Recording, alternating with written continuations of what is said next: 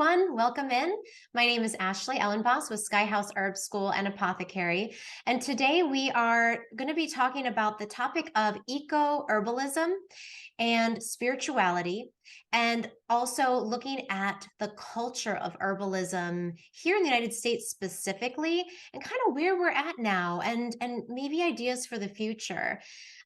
This talk is part of our series called Devotional Wednesdays, where I really like to interview people and pull apart ideas about spiritual living and living in a context of a world that is organized, orchestrated, and animated by a force much larger than us. And to help us make sense of the world we're living in today, and maybe even give us some ideas and inspirations for how to live in a more grounded spiritual way. So I think today's topic will really bring this message to life, because our guest, Jesse Wolf Hardin, is a naturalist who lives really close to the land. And I'll tell you more about this, and he'll tell you more about how he came to live in really the outskirts in New Mexico. But before we dive into the topic, I just want to welcome you, Wolf, and thank you so much for being here today. Well, thank you, Ashley. It's a pleasure. Yeah, Wolf and I have been corresponding via email for years now. I've been able to collaborate with Plant Healer magazine, and I was this close to making it to the Confluence. Hopefully, I will in a future a future date. But we've been having really interesting conversations, and I've been reading his books and content for many years now. So it's a real joy to have you here, and I can't wait to dive in to today's topic. Yay! Thank you. So for those of you who don't know Wolf, his full name is Jesse Wolf Hardin. So if you Google Jesse Wolf Hardin, that's where you'll find all of his books and articles. But let me just read you a little bit about his kind of where he's coming from and a little bit about his background. So Jesse Wolf Hardin is an American author and founder of the Animá Nature-Informed Teachings and Practice, as well as an artist, poet, musician, historian, and wilderness restorationist. He is the author of over 500 published articles and 9 books in fields such as personal growth, natural history, deep ecology, spirituality and nature, alternative healing, poetry, wildcrafting, American history, and legends of the Wild West, which we might not get into today, but it's there. He lives and teaches at the Animá Sanctuary located in the mountainous wildlands of southwest New Mexico. So let's talk about these wildlands in southwest New Mexico. Tell us a little bit about where you're living and how did you arrive there? Oh, goodness. Well, this particular place certainly called to me. I was on a search for years and years. First, I left home as a 16-year-old runaway looking for my mentors, the spiritual, environmental, philosophical teachers that could help me in my young path to discovery. I was always deeply connected to the natural world, even if it just meant the bushes in the backyard of my suburban Southern California home. But from there, I went and looked for ever more wilder, more natural, unencumbered environments, and also the kinds of communities that are connected in relationship to place. That led me up and down the coasts and eventually brought me to New Mexico. The first time I drove through what is called the Gila wildlands or the Gila wilderness, I felt a tugging like I had never felt before. And as much as I love the Northwest, parts of the Deep South, and I could go on, I had never had the sense that being anywhere else, I was away from not only my context and my place, but perhaps a little more away from who I truly am, away from myself.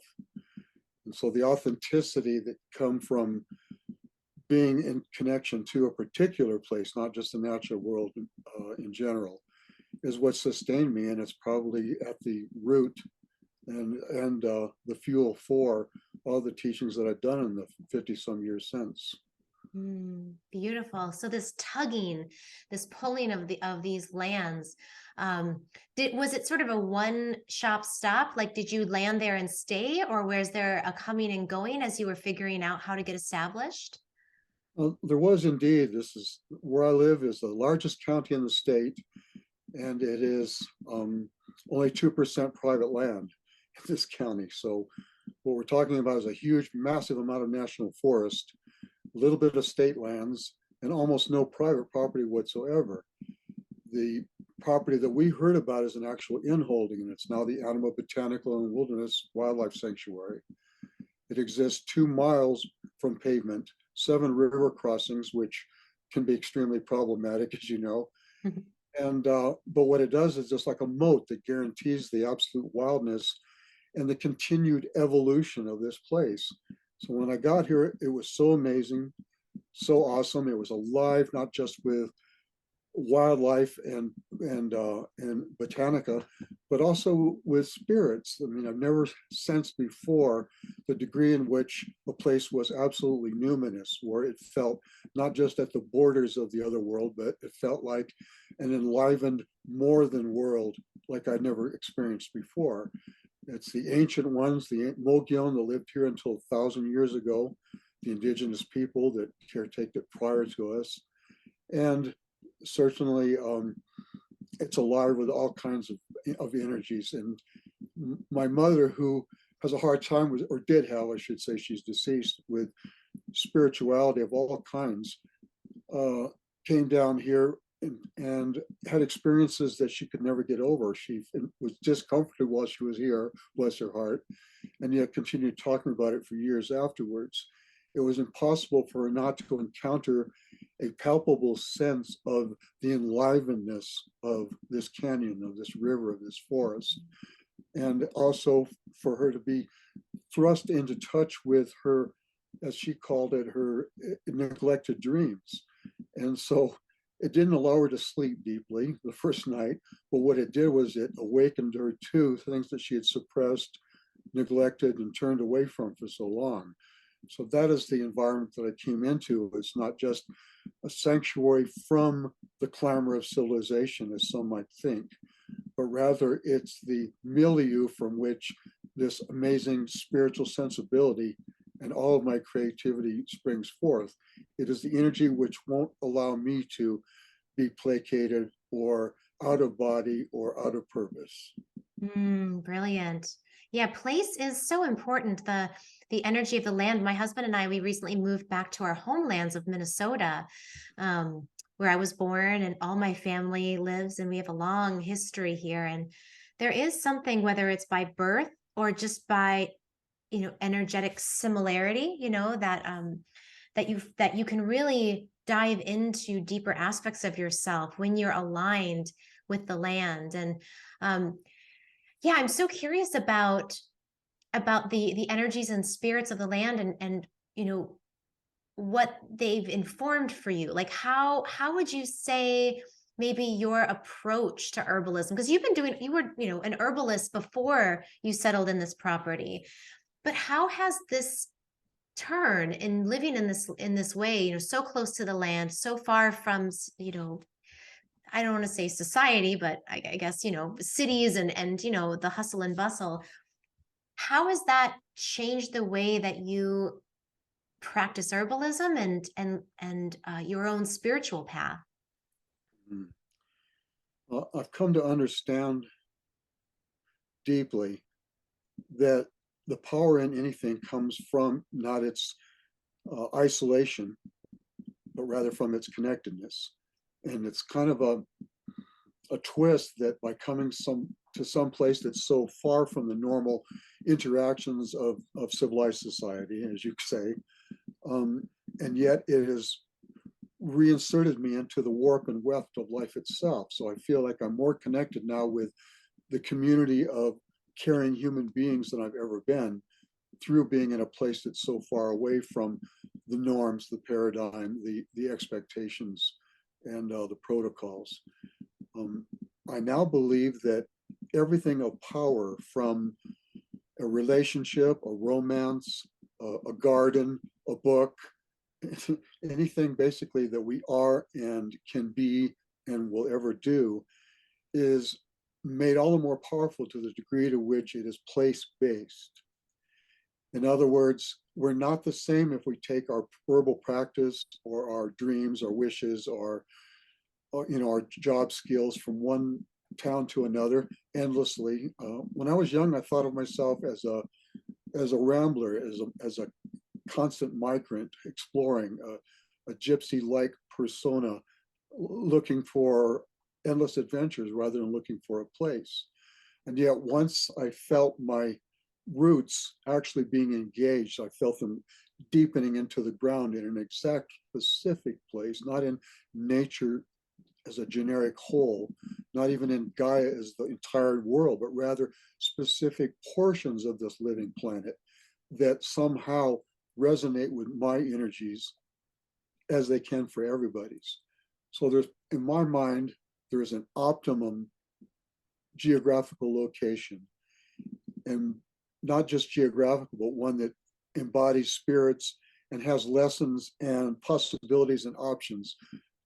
Something that brings out your hopes and your beauty and gives you energy rather than depleting it. And I think there's an optimum place for everybody, and that we can do well to keep searching until we find that. To not be satisfied any more than we would with a soul-crushing job or a less than exciting career, but rather we find something with meaning in our daily activities, that we also find a home that helps be that helps feed what it means to have a sense of meaning and purpose in life. So there isn't a single religion that I've ever studied, no spiritual sensibility, that when you get right into it far enough, isn't influenced by a particular place. It's the weather, it's the biota, it's the ecosystem, it's these ineffable numinous energies, which even when we can't fully explain them, they help us discover where it is that we can be most ourselves, most powerful, and most effective, where we'll feel most loved.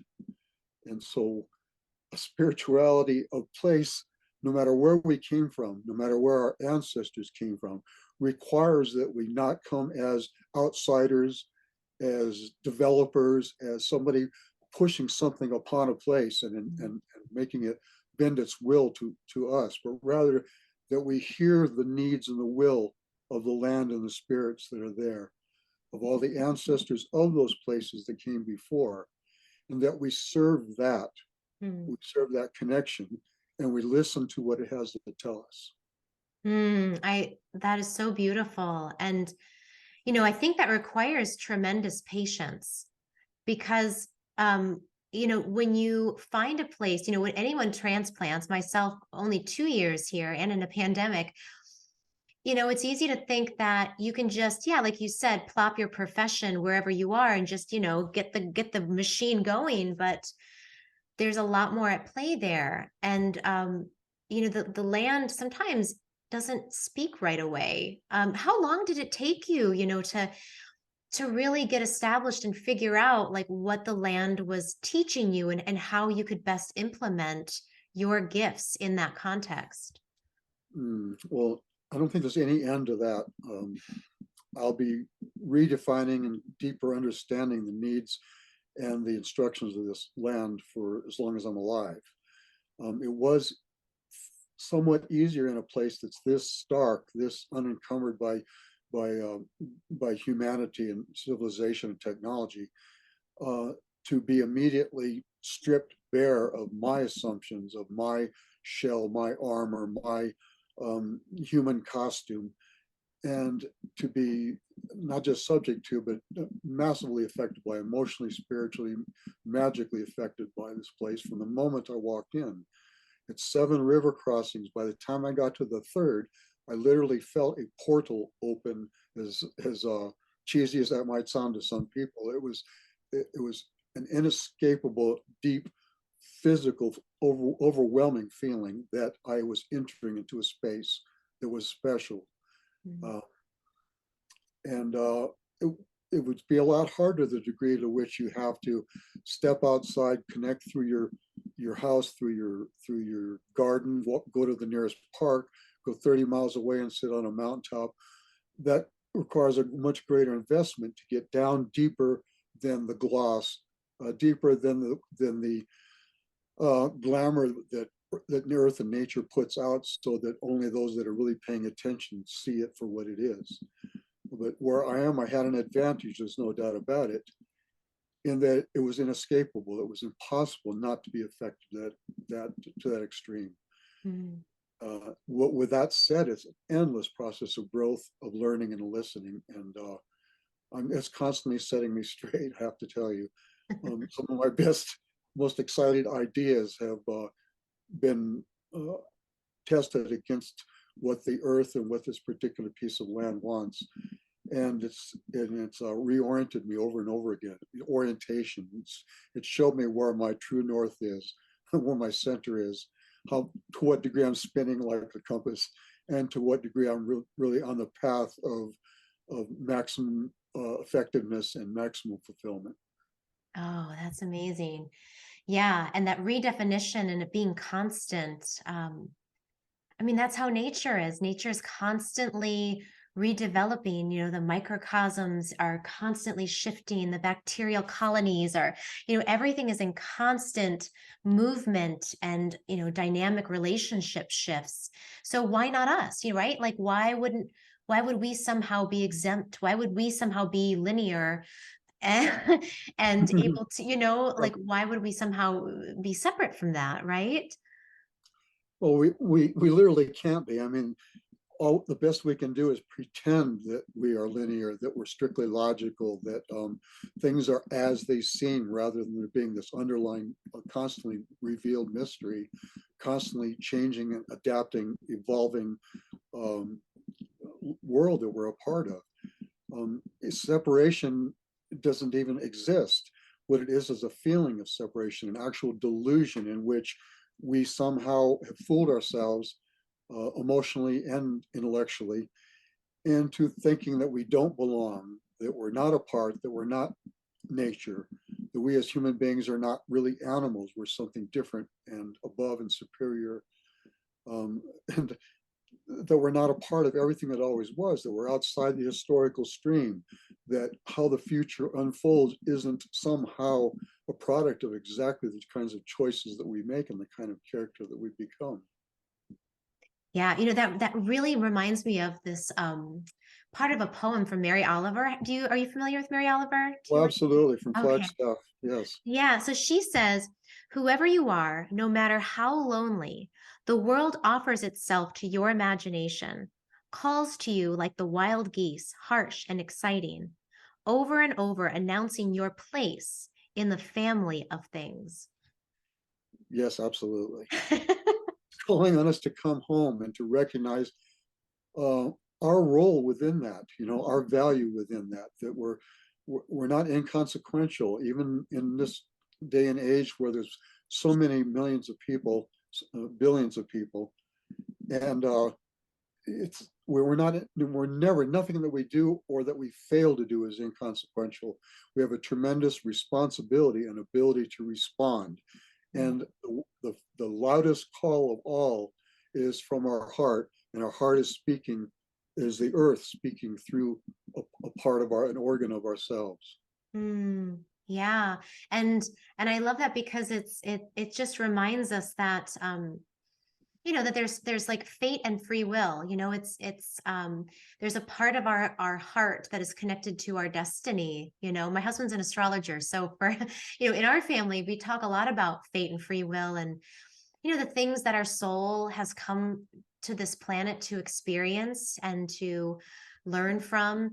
And how even though there may be, like, for example, if you had a hard childhood, that doesn't necessarily mean that you have to live that out in adulthood, that there's this free will element and this ability for us to make, as you said, to be responsible and to respond in a more emotionally intelligent way, so that we can be a kind of be more of like a co-creator with this great Absolutely. spirit, That's exactly right? it. Yeah, and so, this idea that, like you said, we're living in a world of billions of people, um, and many of them in a very distressed state, many of them in a place of great loneliness and great suffering. Um, I think one little refuge, at least, for me growing up as someone who's always been very interested in the spiritual and the mystical traditions, and growing up in a world, in a culture where that was just like, I was just a very odd duck growing Mm, up. But I yeah, remember when I found the yoga culture and then the herbal culture, I was like, these are my peeps, like this is my tribe. And you that's talk about this in your book. exactly. I'm just going to hold up this book. It's one of my favorites, and this is one of the books, my required books in my herbal apprenticeship course that you wrote, called The Plant Healer's Path: A Grassroots Guide for the Folk Herbal Tribe. And in chapter 4, you talk about and you define this word tribe. And I feel like this is kind of like, this is like the way home, right? It's like, how can we know what home feels like unless we've met other people who found it too, or who or guides like you said you were looking for in your youth. So talk to us a little bit about what is tribe, and why is it so important right now? Uh, well, as you know, there's a, a great problem with tribalism, and also one of the greatest benefits, one of the most natural gifts and blessings that has ever had. It's what helps us to be the human beings that we are. If I grew up entirely in a natural world without any human companionship or shared experiences, there would be no culture of knowing. It would be, uh, you know, the richness that comes from our understanding of the world, our myths, our stories, our mystical experiences, the fables that we live by. All of this comes from that deep, deep, deep place.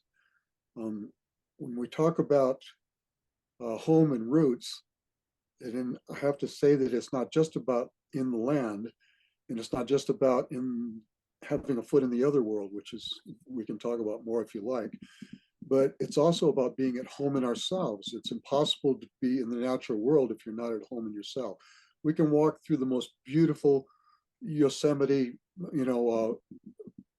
pristine forested area, and everywhere we look can be absolutely tremendous and wondrous, and yet we may still be caught up entirely in our minds, still seeing ourselves only in the ways that we've categorized ourselves in the past.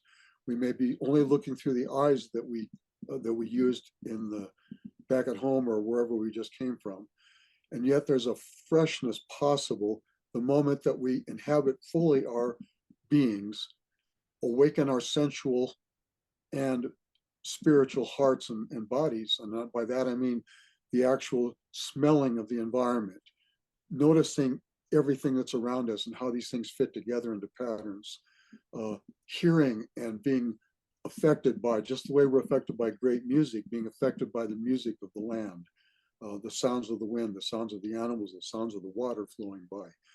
But as we re-inhabit ourselves, we then have the potential for inhabiting a role and inhabiting a place. And that role, basically, just as we might find where we might buy a piece of property and find where we're going to put our house that gives us the maximum best advantage, where it faces the sun the way we want it to when the sun first comes up, figure out the placement of the windows. That's a good analogy for what we need to do at every moment in our lives, is reassess where are we going with what we're doing with the finite moments of our existence. At best, we live, what, 80 years or more, and sleep perhaps up to close to half of that. What do we do? How do we spend those precious moments? Are we fully in our bodies, in our souls, in our spirits, in our minds as we do that? Are we awake? Are we conscious? Are we truly aware? And so inhabitation and awareness go hand in hand. This is why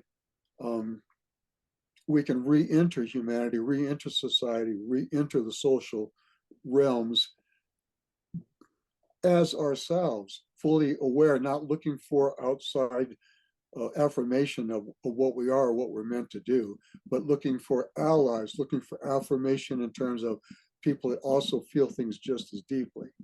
Now, that can lead in some political sensibilities to, this is my tribe only if you use pronouns in an exact way, only if you agree with my environmental stance, only if you are a right winger and are against abortion in all cases, etc.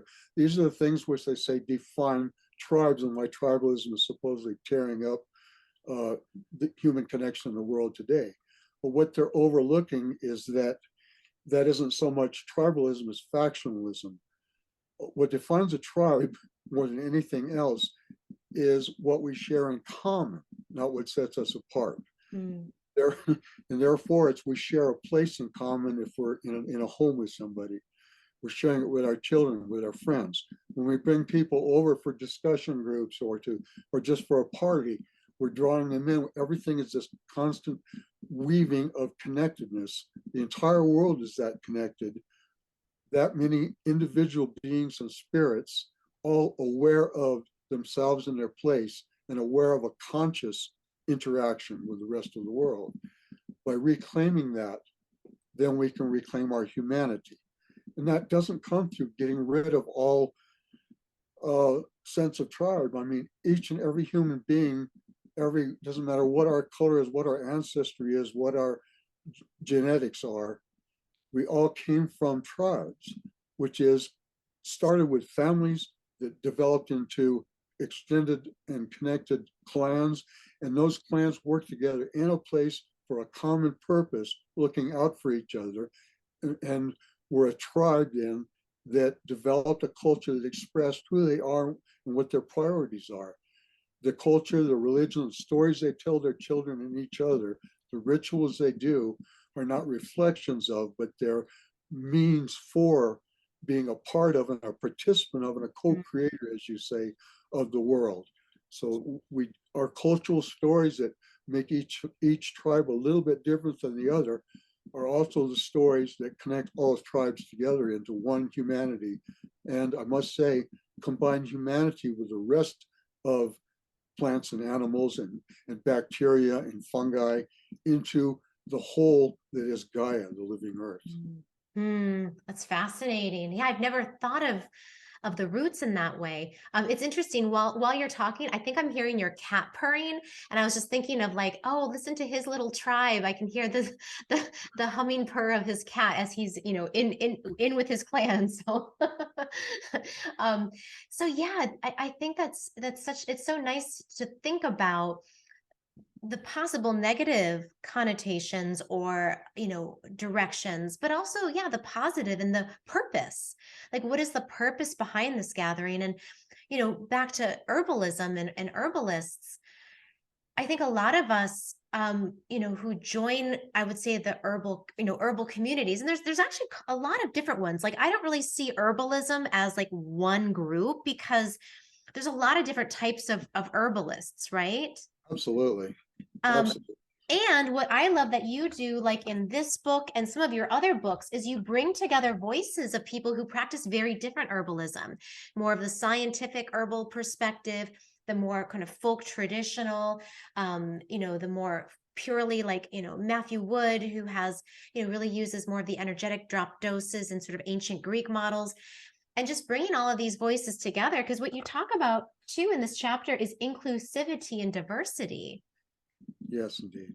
And how that's just such an important part of a healthy tribe, right? Absolutely. A big part of our work for the last 15 years in particular was not just to revitalize herbalism at a time when it was quite moribund when we first started Plant Healer.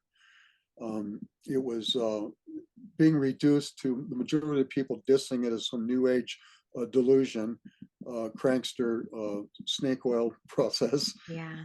And the other people buying it corporate produced, herbal and generally very dated and aged and not necessarily very effective herbal products off of the shelves of large box stores.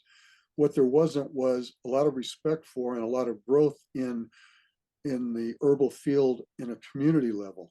And so we began this process, in fact, of an annual conference called Good Medicine Confluence, in order to set up a tent where everybody could come and feel that, oh, there's my people. They're, they might come from towns where they get very little understanding. Perhaps they're still outliers in their environments. Maybe their herb store they have an herb store, but still the largest percentage of the city may not be aware of them or valuing what they do. So suddenly they're in an environment of the plant healer tribe in which, oh, these are my people. And that's going to be true regardless of, whether they're black or white or any degree of shades in between, Hispanic, Native, whether they are academicians, professors, Mhm. or just young kids that are looking for a way to take care of themselves outside of the paradigm of harmful pharmaceuticals. So what all these people share in common and what differentiates them are the two things that move herbalism forward. Knowing the ways in which we have a gift which is slightly different from every other person's, that no matter what our approach to plant medicine is, or to nature or ecology or whatever it is that's our life purpose, our approach is very important, that we recognize that it is different and irreplaceable, that nobody else is doing what you are doing. Mm. At the same time, you share in common a motivation, at the very least, a love for plants, most likely. I actually don't know of any herbalists that don't genuinely love plants in one way or another. But even the most bookish, nerdish scientist who isn't also involved in herbalism is like the same as the children that we're talking to about plants when we do kids groups, because they're down on their knees looking at plants up close, not worried about getting their knees dirty, not worried about looking foolish in front of their peers, because they're so excited, so elated, so blissed out by the discovery of other life forms and what those life forms seem to be speaking to them. So to move herbalism or anything else forward, it was crucial that we affirm and encourage and empower each and every person's individual gifts, what you know, what you feel, how you see things. Because you can, as you know, you can take any one thing. I can take this statue of Gaia behind me that Oberon Zell made for me and turn it slightly, and you will see different things carved into its side. Same thing with everything, every idea, every tree, every plant. Turn it the tiniest little bit, and you have a new perspective. Look at things a little bit differently, and you will see more aspects of the whole. So what diversity does, it feeds to our understanding of a complex, nuanced world, which is never just black and white. There's always technicolor, multiply faceted. And to the degree to which we spin around and do our dance, we will infinitely see the world in new ways. Mm. I love that. That is so practical and so deep. These two facets of moving herbalism forward, and yeah, that we have to have our own individual. We have to really take care of that individual aspect and our own unique gifts, like turning the mask. And we need culture. It's interesting, and I practice bhakti yoga, which is the yoga of devotion. So it's a type of yoga that you're constantly looking to connect with God, like through music and chanting, and every interaction it's all about relationship, devotional relationship. And one of the key practices of bhakti yoga is having association with other devotees. That your connection to Krishna or to God is at the center, like you said, like that connection to your own purpose. But in order to grow, it's like a seed. They call it a creeper, the creeper of bhakti that's in your heart. And in order for that creeper to grow, it needs water and sunlight. So it needs community. And it needs a proper environment that's like home, right? In order for that creeper of devotion to grow. And I love this in the idea of what can move our whole herbal society forward. Because if we all try to become, I think, in some herb schools, it's like everyone wants to become like, I'm like this person. So like, I'm going to put on this herbalist hat. And now I am going to do everything just like that herbal teacher taught me. you know, and then their own kind of little spirit voice, you know, their spirit's like, hey, what about me? This is how I want to, this is how I see, uh, this is how I see Angelica, you know, gets quieted. Um, so, you Yeah, know, yeah, right? it's hard to discover if you're constantly thinking that you already have a set of protocols and a book of information that's solid, that's complete. But as soon as we understand that it's never complete, then we have to look outside of our narrow selves. And that's to look to the other life forms, to look to the plants themselves, and to look to other human beings, which in their own experience of plants and medicine and of healing and of the earth, have something new to give to us, some new way of looking at the world that will add to our understandings. Mm. Thank you so much. This has been such a rich conversation and deeply inspiring for me personally, and I'm sure it will be to all of those who listen in. And I just keep thinking about the principles of that you talked about of home, of place, and openness and listening and diversity. So I'm going to just marinate in all of this, and I really want to recommend for those of you who want to learn more to check out all of Jesse's books and writings on plant healer. Is there a place we can send people to learn more about you and about maybe the good medicine confluence? Folks can reach everything that we do and read about everything we do at planthealer.org. Planthealer.org is our website, but on it you'll find one of the largest bookstores of unconventional plant medicine information. The free herbarium monthly publication that's for folks that cannot afford any other herbal training, and Plant Healer Quarterly, which is the magazine for digital magazine for practitioners. And it also talks about our oracle, which you talked about astrology. We also deal with a plant oracle called the Edgewise Oracle Deck. And all of that's contained there. It's meant to be a resource, including free materials, so that each and everybody that feels any calling whatsoever to natural healing, healing of ourselves, of each other, and of the world, can find the tools necessary and the encouragement necessary to believe in yourselves. Because if you have even a small amount of information, if you even know about one plant and its uses that can benefit one other person, then you are a teacher and you have a responsibility perhaps to share that. You certainly need to value what you are, value what you're doing, believe in yourself, and believe in our cause, which is a more healed, balanced, enlivened, and dare I say, beautiful and happy world. Hmm. Wonderful. Thank you so much again. And I'll add a link so you guys can find planthealer.org in the description of this talk. And Jesse, enjoy the rest of your day. Thank you for this time. And I hope we My can have pleasure. another conversation soon. Oh, I'll look forward to it. Stay in touch. Okay, will do.